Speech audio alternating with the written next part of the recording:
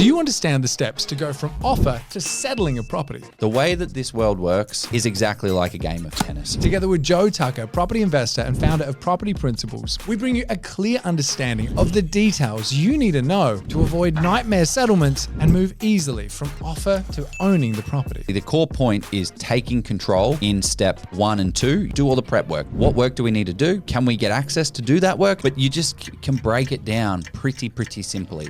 And the way I like to think about this is, if you're new to property investing and you're serious about building a portfolio, understanding the steps from how to go from offer to settlement is going to be a crucial step in your journey to avoid nasty mistakes and pitfalls. My name's Todd Sloan. This is the Pizza and Property Podcast, and this episode is powered by the Property Developer Network, Brady & Partners, and InvestorKit. More about our awesome show sponsors in the show notes below. Right now, let's jump straight into this episode with Joey Tucker. Joey Tucker, how you going, man? hello, mate. Good to see you again. Mate, it's good to see you for a slice. We're going to be talking about the 4 steps from offer to settlement. And I'm moving the mic here in like a little step direction, man. I'm getting into this because Extension. It's something that people don't talk about as much at the details. And this is going to go like a little bit high level, but a little bit detailed, but actually give a lot of answers to that process because there's so many, I think, unknown unknowns for people that don't walk through it all the time. Yeah. So where do you want to start with this, mate? Is there something you want to unpack first? I think just thinking about this is scary. Like when you're first buying an investment property, it's a scary thing to think, oh my gosh, what is the process? How do I understand this whole thing? But you just can break it down pretty simply. And the way I like to think about this is a game of tennis. So there's a couple of points in this game of tennis that you need to be concerned about. If anyone's read Todd's book, you will actually, we were having this conversation offline. We were just talking about this off air and he was like, oh, here's this analogy. I've got this incredible analogy. I made it up myself. I'm like, I literally wrote that in my book. And I said, I didn't read your book. And we are now in this awkward standoff where I stole his thing and didn't read his book. So I don't know which one's more offensive. Wherever it came from, it's a good analogy. So let's run with it. We both stole it from the same person, whoever that person is. Yeah. But I just wanted Steffi Graf. What's a tennis player's name? I don't know. I just wanted to break this process down because it's so, when I was first buying my investment property, I was so confused and I was relying on the agent to guide me. Now the agent is incentivized and looking after the vendor. They're not on your side. So you don't trust an agent. You listen 100%. To an agent, you take their information, but you don't trust what an agent's saying because they're not on your side. And build the relationship. Yeah, build the relationship, do it, but don't trust everything that you've heard. So I'm going to break this down into a tennis analogy and then we can go into the details a little bit later and explain it a little bit more. But really, this is super simple. The way that this world works in property deals and property offers is exactly like a game of tennis. So the ball right now, that's what we want. We want the ball and we want to own it. Now, the problem is you need to move fast on deals. Right now, the ball is not in anyone's court. The ball is out there and there is 1,000 rackets that have the opportunity to buy this property. So there's 1,000 people all over the court and your goal as a property investor is to get control of the property, right? So here's more of the detailed steps. So this is step 1? Step number 1, we have the offer. This is where you start to gain control. So when you have an offer, you are hitting the ball back into their court. So we hit the ball back. That's step 1. We need to start getting full control because when you hit the ball, it's then in their court to be able to do something with it, right? Okay, so you're handing over the control to somebody else. So when you're putting forward an offer, you need to think about a few things. And there's not too many things you need to think about, but you need to have some pretty core things. As you can see here, we've got offer, price, deposit, and settlement period. Right. And any other little extras like early access and things like that. So if you are buying a renovation deal, you may want to put forward into your offer, I want a access from unconditional to settlement. Yeah, for quotes or for whatever. I want people to if you can get works, amazing. But yep, I hear what you're saying. So your offer needs to be made up of those periods. Now, one thing, you're choosing your price and you're choosing your terms. But one thing to make very clear is once you've hit that ball, that person is now with that ball. So what you need to do when you're negotiating with real estate agents is make it a hot ball that is going to be on fire so that they throw it back to you. Because what I see, and you used to be a real estate agent, Todd, you know, if someone comes to you, I'll give you $550,000 for this property with a 70-day settlement period, and then that's it. They have no incentive to send that ball back. The agent will grab that ball and say, hey guys, I got a ball here. Can you beat 550? Can you beat 550, 560? Literally your job. Literally your job as an agent. So your job as an investor is to say, hey guys, just letting you know, I'm looking at several other deals, and you need to hurry up and reverse the fear of loss that we talk about. So you want that ball to come back to you as quick as possible, because that's what's going to allow you to start to control the deal. So as soon as you've said, hey, I want it for 550, they say, no, we want 560, and change the terms up, whatever, you're going to come to a conclusion of that's the price that you need to pay. This is step 2, where we now control the narrative, and you are the person that's in control. As soon as the contracts are exchanged, what happens is, hey, Mr. Agent, here's my offer. Please put it into writing. The agent says, great, put it into writing. Can you please sign that document? So the agent says, yes, you sign it. So buyer number 1 on our side, you signs the agreement, and then it goes to the vendor. Then you need to chase that vendor up, because they will hold on to it, again, trying to drum up offers, because again, the ball is in their court. It's not locked in. We haven't taken it off the court. That happens too. I remember that actually happened to me a few times, but in the very early days, I wouldn't warn purchasers and be like, yay, your offer's been accepted. Hooray. Everyone cheers. And it's like, but it's actually not accepted until it's completely signed, until it's fully executed. And then when you're an agent, whether you are shopping it and you're like actually like trying to manipulate things and get a higher price, or if someone just calls up and is like, oh, you got an offer, is it signed? You can't say, yes, it's signed if it's not. Because if that person is actually willing to offer another 10, 20, 50, 100 grand, it's your job to make sure you put that to the vendor and not say, oh, but I already told them and they'll be disappointed. So you're really pushing home the importance of make sure it's fully executed. Like it's not done until it's done. Is that what you're saying? Not done until it's done. If the ball is in the court and it's not exchanged, you don't have control of it. And if you don't have control of it, you don't have control of it. It's somebody else's deal. Somebody else can buy this. This is what the whole gazumped thing is. People can just take your deal, but I want this deal, so it needs to be mine. So what happens is, what you want to build into these offers, I call them get out of jail free cards. Now you need to, this is not financial advice, this is not legal advice, but you can build into the contracts things. Typical, what you see is a 14-day finance and a 14-day pest and building. So you can structure a pest and building clause that allows you to pull out of the deal for whatever reason. Get out of jail free. That's why I like it. So me jumping into a deal very fast doesn't matter, because I have a get out of jail free card. So once I look at a deal and I assess it, I'm like, oh my gosh, on paper, this looks unreal. Let's move fast. Let's get it under contract. Then you can do your next phase of due diligence. So phase 1 is online. Does it match up? Does it stack up? Let's do an inspection. Yes, it looks really good. Phase 2 due diligence is now starting to get into the next level of due diligence with your pest and building people. Now, a really important thing just to very quickly point out as well, though, is also it's dependent on which state you're in. A pest and building clause in WA is going to be different to if you're doing that in Queensland. So that's one thing you absolutely want to have a clear understanding of. Clear understanding, and also what is normal for the state, right? So let's just break that down. As a part of every contract, not every contract, depends on the state. We have a cooling off period. In WA, they don't have a cooling off period, right? In South Australia, they have a 2-day cooling off period that has no negative consequence if you crash the deal, but you do actually have to pay $100, but no one ever. Yeah, that's a technicality that doesn't happen. Never happens. Yeah. So we have a cooling off period. And then people ask me, Joe, why would I pull out under the 14-day pest and building instead of the cooling off period? Because that's only 3 to 5 days, depending on the state. The reason why you wouldn't do that is because you have to pay a fee for cooling off.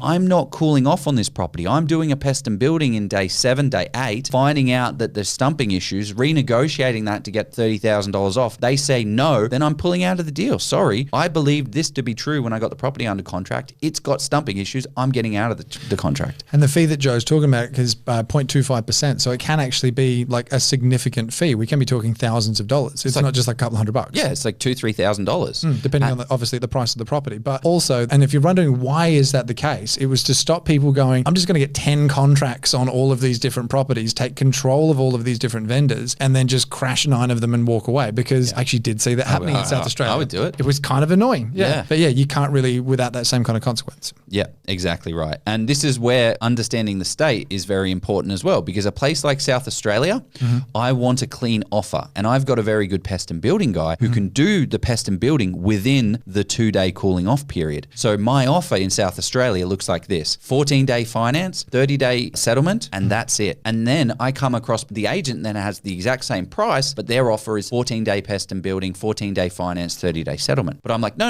I'm doing cooling off and I'm going to get it tomorrow, and then I'm going to get my report and go through it, and structurally no. So you do need to understand each state, but this is a part of the process of how you go out. So essentially the core point is taking control in step 1 and 2. You need to own that property, because as soon as that ball is hit back to you from a contracts exchange point, the vendor cannot pull out. You have to pay your deposit and you can pull out under these clauses, but the vendor's stuck with you. I've never had an experience where a vendor pulls out because they legally can't. The agent sold the deal, it's all done.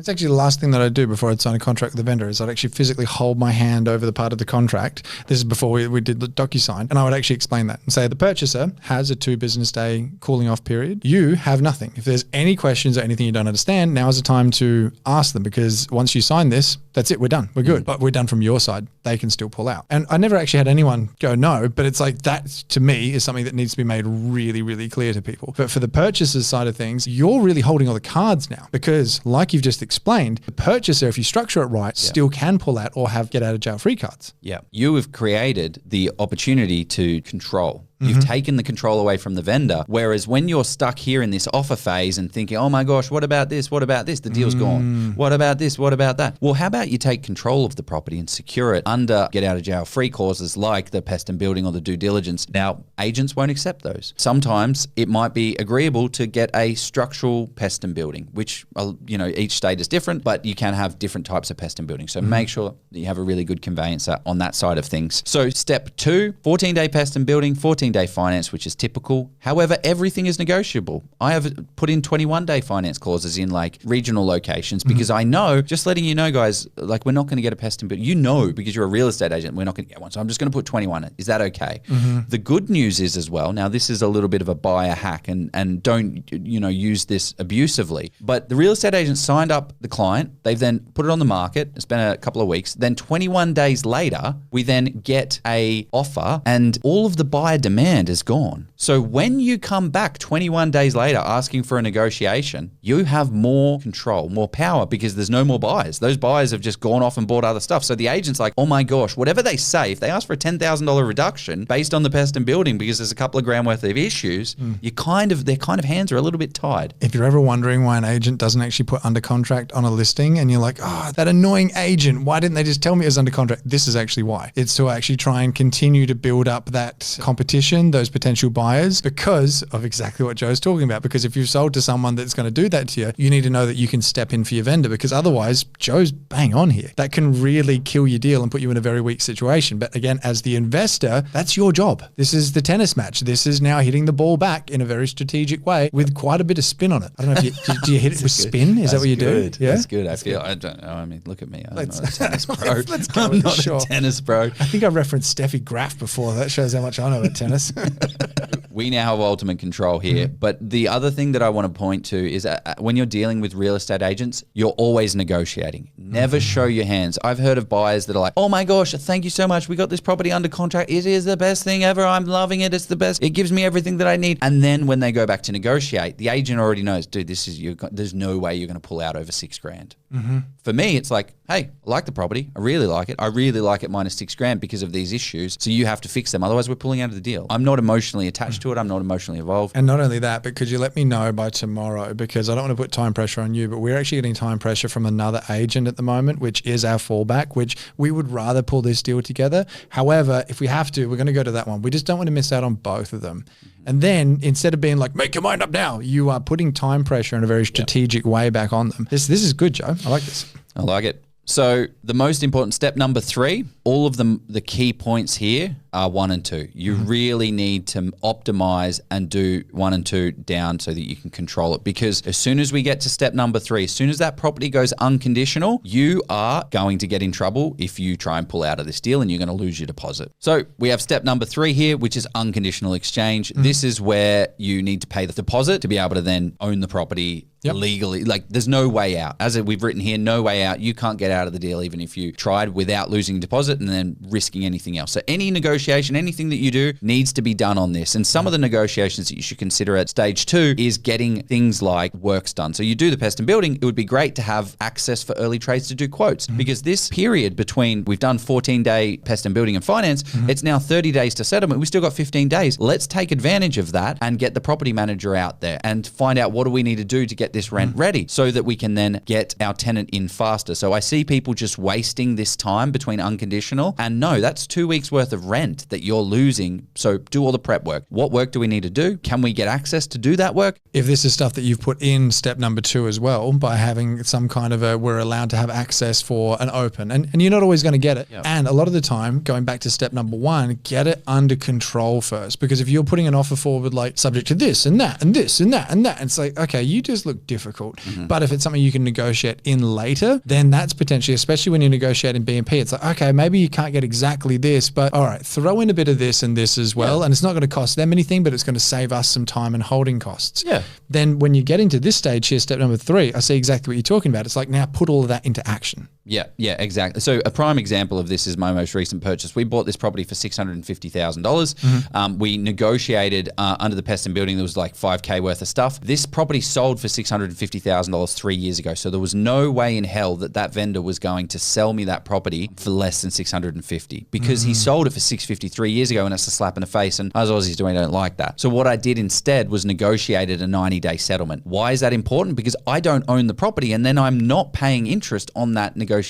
Then I also negotiated access for early trades. So I did that $5,000 worth of work and actually saved more on interest than I did in trying to get him down a few thousand. So you can negotiate the entire contract all over again in the pest and building phase. So that's an amazing thing to do at Unconditional Exchange to take full advantage. Settlement, step number 4, is the big day that is so underwhelming. It sucks. I hate settlement day. You're like, oh my gosh, I'm going to own this property. And they're like, okay, here, you get a little email. Great, all settled. You know the thing that I always found fascinating? Like, you don't even get your ID check. You're just like, oh, I'm here to pick up the keys. And you just get keys. I've often thought, could I just walk into a real estate agency and just be like, I'm here to pick up the keys?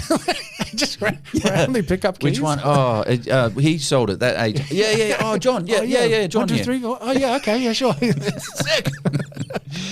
So all of the work that you do needs to come in step 1, 2, and 3 for a smooth and easy settlement. But take advantage of pre-unconditional and your offer and structure it so that you have a smooth and easy settlement, because as soon as you start settling is the day you start paying interest. So take full advantage of getting the property manager out there, getting the works completed so that you can then save those 2-3 weeks worth of rent. Front load all the effort. Front load all the effort. So then settlement, hey guys, I don't own the property yet, but I need to get a new tap, a new wall paint, and then boom. Okay, so day 1, we're going to have the plumber go out. Day 2 is going to be the tradie to do the thing, and then the paint is going to be the end. Okay, great. That's 5 days. We've done 5-day renovation because, oh no, wait, it's going to take me 3 weeks to get out there, Mr. Plumber. They've got lead time, so you need to pre-manage all of that. All right, so what's the biggest takeaway on settlement then, Joe? The biggest takeaway on settlement is that it's not the most important day. It's built up to be the most important day. Everyone thinks it's the most important day. It is really a nothing event. You just get the keys. That's all it is. You get given the keys, but all of the grunt work should have happened in your offer, on the exchange, and during the unconditional exchange period. So while you think that settlement's amazing day, it really is a very nothing event, but it's built on the foundation so that it can be successful because of the prep work that you've done, exactly like what you said before. I like it, man. So step 1, 2, and 3, this is where it's all at, but to lead to a successful step 4. It's not so much that step 4 is not important. There's just not a lot to do if you've done everything right in step 1, 2, and 3. Yeah. Cobbling all of this together is you're going to lose a lot of money, time, and effort. Did you say cobbling? Yes. Like a shoe cobbler? If that's what you want it to be. Why not? Okay. Did you pick up a thesaurus on the way here? Joey Tucker from Property Principles, thank you so much for coming on the show, man. I think there's going to be a lot of people getting a lot out of this because it's a process that you and I would take for granted because I've done it so many times. But a lot of the time, if you've never purchased before, this is the daunting part. So shining more of a light on how it actually works, giving more understanding, man, is going to help a lot of people. Thank you so much for jumping on the show, dude. Thanks for having me, mate. Exciting times. Good luck, guys.